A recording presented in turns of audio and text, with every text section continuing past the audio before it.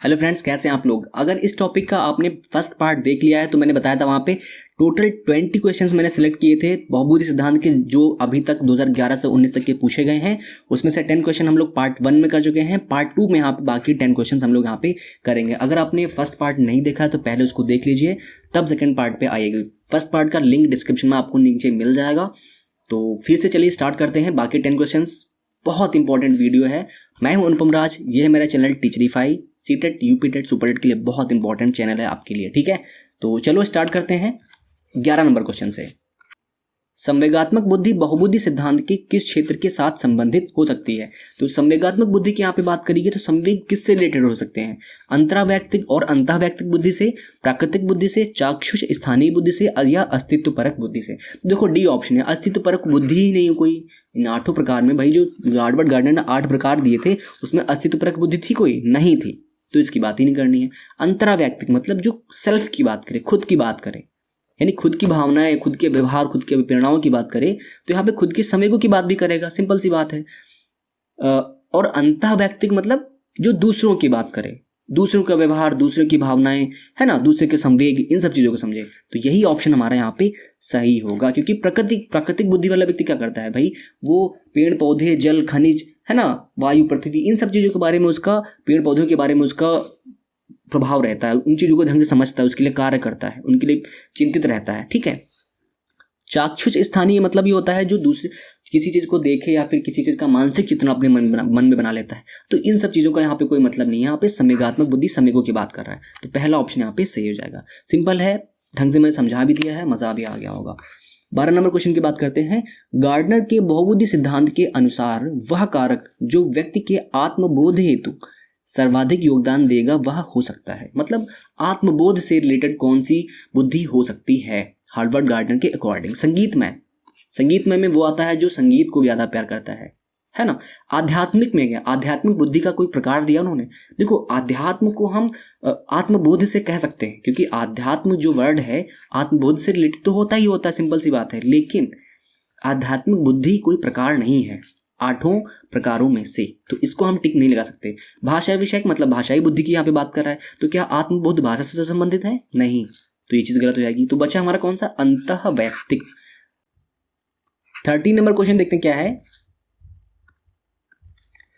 13 number question देखेंगे। कक्षाध्यापक ने राघव को अपनी कक्षा में अपने कीबोर्ड पर स्वयं द्वारा तैयार किया गया मधुर संगीत बजाते हुए देखा। कक्षाध्यापक ने विचार किया कि राघव में बुद्धि उच्च स्तरीय है। किस प्रकार की बुद्धि उच्च स्तरीय है? मतलब अगर बच्चा खुद से म्यूजिक बना के खुद से गा रहा है, खुद से संगीत बना रहा है, तो वो किस प्रकार की बुद्धि होगी? भाई सिंपल सी बात है, वर्ड से समझ में आ रहा है, संगीतमय, ठीक है, संगीतनात्मक बुद्धि। तो स्थानिक बुद्धि, इन सबका मैं मतलब बता चुका हूँ आप लोग को पिछली वीडियो में भी, और इस वीडियो में भी थोड़े बताए हैं। तो अगर आपने पुरानी वीडियो नहीं देखी तो उसको जरूर देख लीजिएगा। और वीडियो अगर पसंद आ रही तो चैनल को सब्सक्राइब पहले जरूर करो, ठीक है। सब्सक्राइब नहीं करोगे तो काम कैसे चलेगा, ठीक है। चलो, सब्सक्राइब, लाइक हो गया होगा।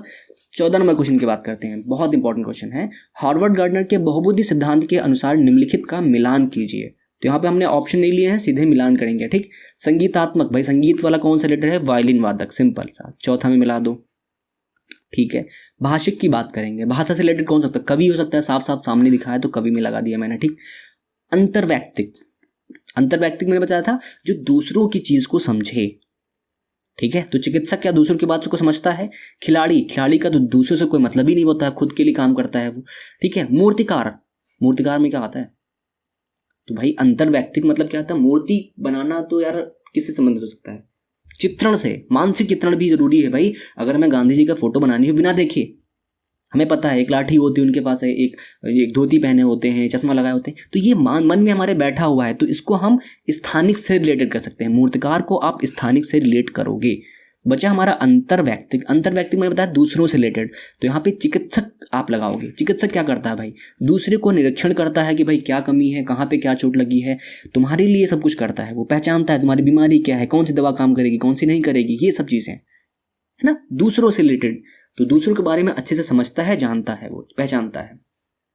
तो ये चीज़ हो गई। बहुत इंपॉर्टेंट क्वेश्चन था, अच्छा था ये, क्योंकि इन दोनों में ना कन्फ्यूजन काफ़ी हो रही थी लोगों को, ठीक। चलिए 15 नंबर क्वेश्चन की बात करेंगे, अच्छा क्वेश्चन है। हार्वर्ड गार्डनर का बहुबुद्धि सिद्धांत सुझाता है कि, क्या सुझाता है? हर बच्चे को प्रत्येक विषय 8 विभिन्न तरीकों से पढ़ाया जाना चाहिए ताकि सभी बुद्धियां विकसित हों। तो क्या उन्होंने ऐसा कहा? बिल्कुल भी ऐसा नहीं कहा भाई। उन्होंने कहा कि 8 प्रकार की बुद्धियां होती हैं।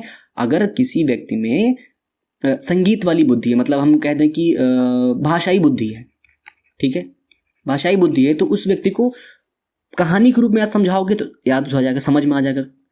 अगर कविता के रूप में समझाओगे समझ में आ जाएगा, लेकिन बाकी किसी तरीके से समझाओगे उसको समझ में नहीं आएगा। तो ऐसा नहीं है किसी टॉपिक को पढ़ाने के लिए, किसी विषय को पढ़ाने के लिए सभी 8 चीज़ों की आप बात करो, उसको समझ ही में नहीं आएगा। जिस प्रकार की बुद्धि है वैसे ही पढ़ाओगे तभी समझ में आएगा, ठीक। तो सभी बुद्धियों को हम एक साथ विकसित नहीं कर सकते, ये चीज़ अभी आप समझ लीजिए, ठीक है। बुद्धि को केवल बुद्धिलब्धि परीक्षा से ही निर्धारित किया जा सकता है, ऐसा कुछ नहीं है। इन्होंने ये चीज़ बोली गलत है भाई। ऐसी बहुत सी चीज़ें होती हैं जो बच्चा कर लेता है और उनको IQ टेस्ट में शामिल ही नहीं किया गया हो, तो क्या वो बच्चा पागल है, बुद्धिमान नहीं है? तो ये चीज़ गलत है यहाँ पे, ठीक। शिक्षक को चाहिए कि विषय वस्तु को वैकल्पिक विधियों से पढ़ाने के लिए बहुबुद्धियों को एक रूपरेखा की तरह ग्रहण करें। मतलब जो शिक्षक जो है विषय वस्तु को वैकल्पिक विधियों से पढ़ाने के लिए बहुबुद्धियों को एक रूपरेखा की तरह ग्रहण करें। मतलब जो 8 प्रकार की बुद्धियां हैं ये समझें, जो शिक्षक हैं वो समझे कि भाई ये 8 प्रकार हो सकते हैं पढ़ाने के, इन सब चीज़ों को हमें कंसीडर करना चाहिए, ठीक है। तब जब पढ़ाएंगे तब उनको समझ में आएगा बच्चों को, ये चीज़ बिल्कुल सही है। तो यही हमारा सिद्धांत समझाता है, यही हमारे जो बहुबुद्धि सिद्धांत का शिक्षण में जो उपयोग हो सकता है, ये 3rd ऑप्शन से ही हो सकता है। कई बार क्वेश्चन पूछा गया इस प्रकार का, ठीक है। D ऑप्शन भी देख लेते हैं। क्षमता जो है किसी व्यक्ति को काम करने की क्षमता या कुछ को समझने की क्षमता, वो भाग्य से होती है। तो ये चीज़ बिल्कुल गलत है। इन्होंने भाग्य जैसी कोई बात ही नहीं करी है, और यह एक अवधि के भीतर बदलती नहीं है। अगर मान लो किसी व्यक्ति को भाग्य को अगर हम बुद्धि कह दें, एक बात को समझ लीजिए, तो क्या वो उसका भाग्य बदल नहीं सकता? बुद्धि के अकॉर्डिंग बदल सकता है ना। तो ये चीज़ यहाँ पे क्या बोली है, नहीं बदल सकता, तो ये चीज़ भी गलत है। हमारा 3rd ऑप्शन जो है हमारा बिल्कुल करेक्ट सही है। एक बार फिर से पढ़िएगा, अपने आप तब समझ में आएगा, ठीक है। 16 नंबर क्वेश्चन की बात करेंगे। एकाधिक बुद्धिमानी का सिद्धांत कहता है, एकाधिक मतलब एक से अधिक बुद्धि, मतलब एक से अधिक बुद्धि मतलब बहुबुद्धि, ठीक है ना। तो बहुबुद्धि सिद्धांत क्या कहता है? कहता है कि बुद्धि जो है तेजी से बढ़ाई जा सकती है। ऐसा कुछ कहा क्या उन्होंने? नहीं कहा। ये नहीं कहा कि भाई बुद्धि को आप बहुत तेजी से बढ़ा सकते हो, ऐसा कुछ नहीं कहा। बुद्धि कई प्रकार की हो सकती है, तो भाई ये चीज़ उन्होंने कही है। भाई बुद्धि 8 प्रकार की हो सकती है, या 8 का सम्मिलित रूप हो सकता है, तो कई प्रकार की हो सकती है। कहने का मतलब यही था। पेपर पेंसिल परीक्षण सहायक नहीं है, तो ऐसा उन्होंने नहीं कहा कि भाई पेपर जो पेंसिल परीक्षण जो है वो हेल्प नहीं करेगा यहाँ पे, तो ऐसा भी उन्होंने कुछ नहीं कहा, ठीक। तो ये चीज़ हमारी गलत हो जाएगी यहाँ पे।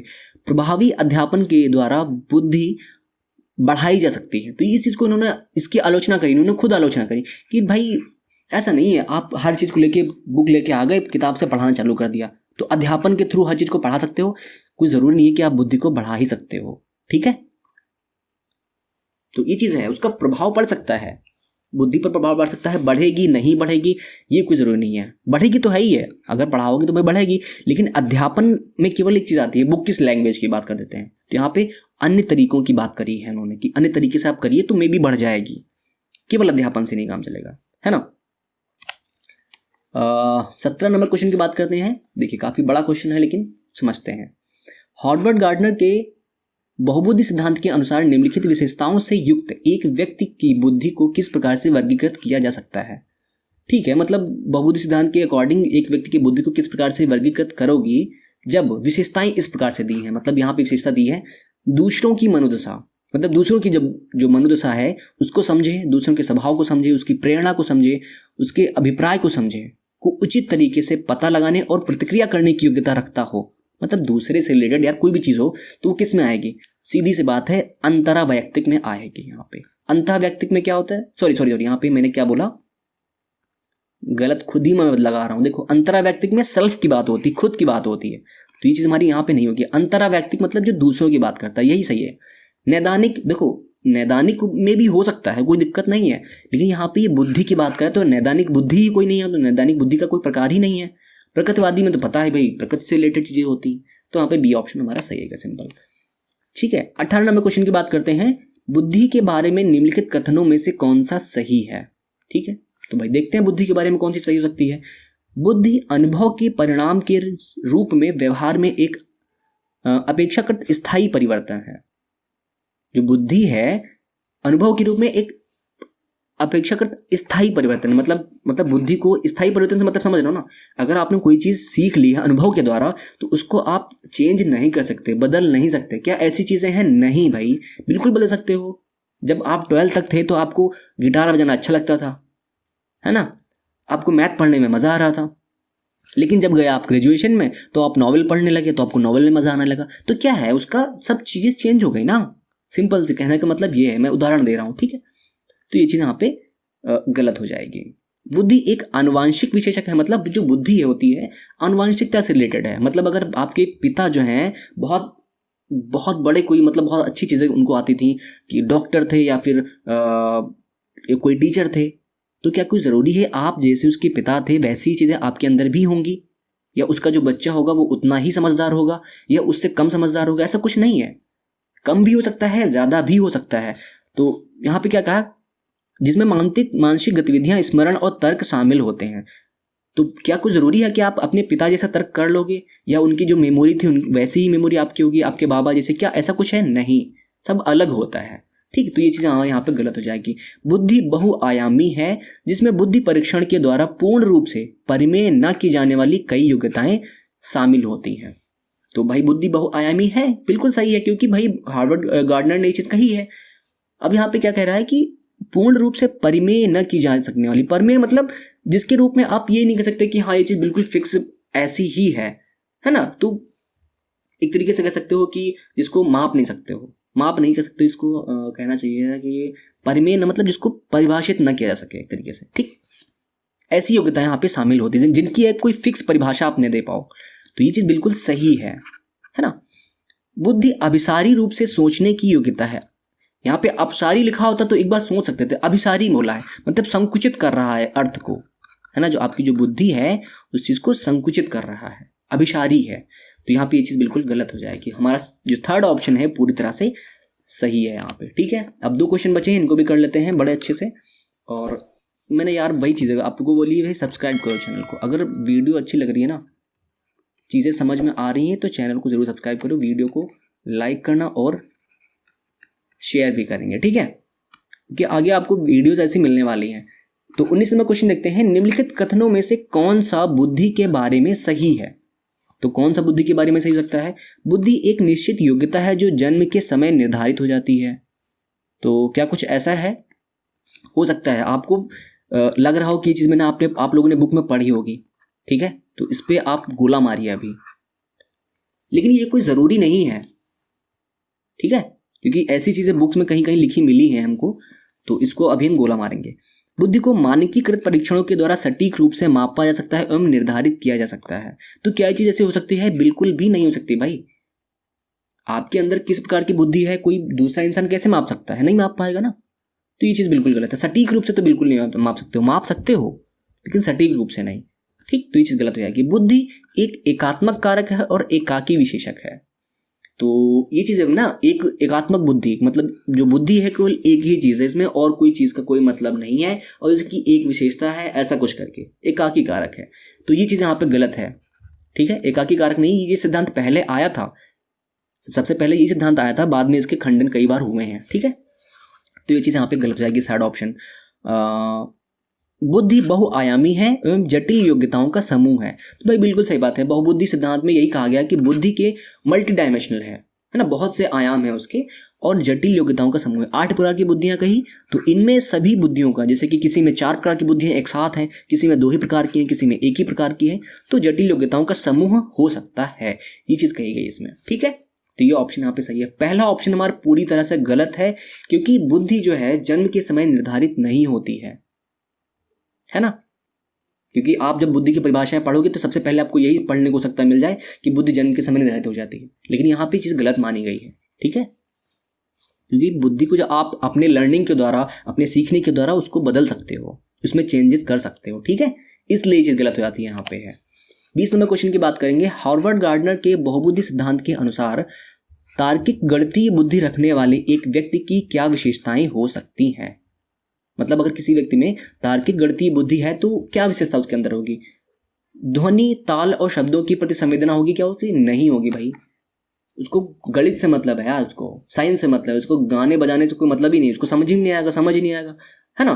तो ये चीज़ गलत हो जाएगी। थर्ड ऑप्शन, सेकंड ऑप्शन देखिए, दृश्य स्थानिक परिवेश को सटीक रूप से ग्रहण करने की योग्यता। दृश्य स्थानिक परिवेश को वो नहीं कर पाएगा, क्योंकि वो तर्क कर सकता है ना, गणितज्ञ हो सकता है, वो साइंटिस्ट हो सकता है, लेकिन वो डिजाइनिंग नहीं कर सकता किसी चीज़ की, है ना। उसको डिजाइनिंग का कोई मतलब नहीं है, दृश्य कैसा दिख रहा है, मानसिक चित्रण वो बिल्कुल नहीं कर पाएगा, ठीक। तो ये चीज़ गलत हो जाएगी यहाँ पे। संगीत में व्यक्तियों के आवाज़ के स्तर, ताल और सौंदर्य परक गुणों को उत्पन्न करने एवं प्रशंसा करने की युक्ति नहीं। उसको लगेगा सिंपल बोल रहे हो, आवाज़ कोई सिंपल है, उसको कोई भी तर्क नहीं दे सकता उसके लिए, मतलब आवाज़ से संबंधित कोई भी चीज़ उसको समझ में नहीं आएगी, उसके लिए कोई कारण वो नहीं दे पाएगा, ठीक है। उसकी प्रशंसा भी नहीं करना पाएगा कि यार अच्छा बोल रहा है, अच्छा गा रहा है, बेकार गा रहा है ना, ये चीज़ गलत हो जाएगी। तो यहाँ पे बचता है हमारा डी ऑप्शन, पैटर्न को खोजने एवं तर्क की लंबी श्रृंखला को हल करने की क्षमता और संवेदनशीलता होती है। तो यहाँ पे भाई तार्किक गणितीय बुद्धि की बात कर रहा है, तो लंबे मतलब तर्क चाहे जितना लंबा हो वो उसको सॉल्व कर लेगा, पैटर्न को खोज लेगा। एक जैसी चीज़ अगर 4 चीज़ों में सम्मिलित है तो उसको तुरंत पहचान जाएगा, अच्छा यार ये इसमें भी है, इसमें भी है, इसमें भी है, तो ऐसी चीज़ें वो कर लेगा फटाफट, ठीक है। तो ये हमारे 20 क्वेश्चन हो गए हैं। आई होप आप लोग को वीडियो बहुत अच्छी लगी होगी। अगर वीडियो अच्छी लगी तो ये चैनल है मेरा टीचरीफाई, मेरा क्या आपका भी है, तो सब्सक्राइब करना है अभी, वीडियो को भी लाइक कर दीजिए और शेयर कर दीजिए। अगर आपको कोई व्हाट्सएप ग्रुप है और आपको कोई डाउट हो रहा है किसी चीज़ में तो आप मुझे कांटेक्ट कर सकते हैं, पर्सनल 91 40 74 90 12, ये मेरा कांटेक्ट नंबर है, व्हाट्सएप नंबर है, आप मुझे मैसेज कर सकते हैं अगर आपको कोई भी सीटेट से रिलेटेड कोई भी जानकारी प्राप्त करनी है। मेरा 2 बार सीटेट क्लियर है, तो मुझे बहुत ही खुशी होगी आपको हेल्प करने में, ओके। तो चलिए कल मिलते हैं, अगली वीडियो में मिलेंगे। अगर आपने फर्स्ट पार्ट इसका नहीं देखा है, पार्ट 1, उसमें भी 10 क्वेश्चन है, बहुत इंपॉर्टेंट क्वेश्चन है, आलोचना से रिलेटेड, बहुबुद्धि सिद्धांत की आलोचना करी है, इससे रिलेटेड कई क्वेश्चन है, तो वहाँ पे आप लोग जरूर देखिएगा, ठीक है। पढ़ाई करते रहिए, तब तक के लिए गुड बाय।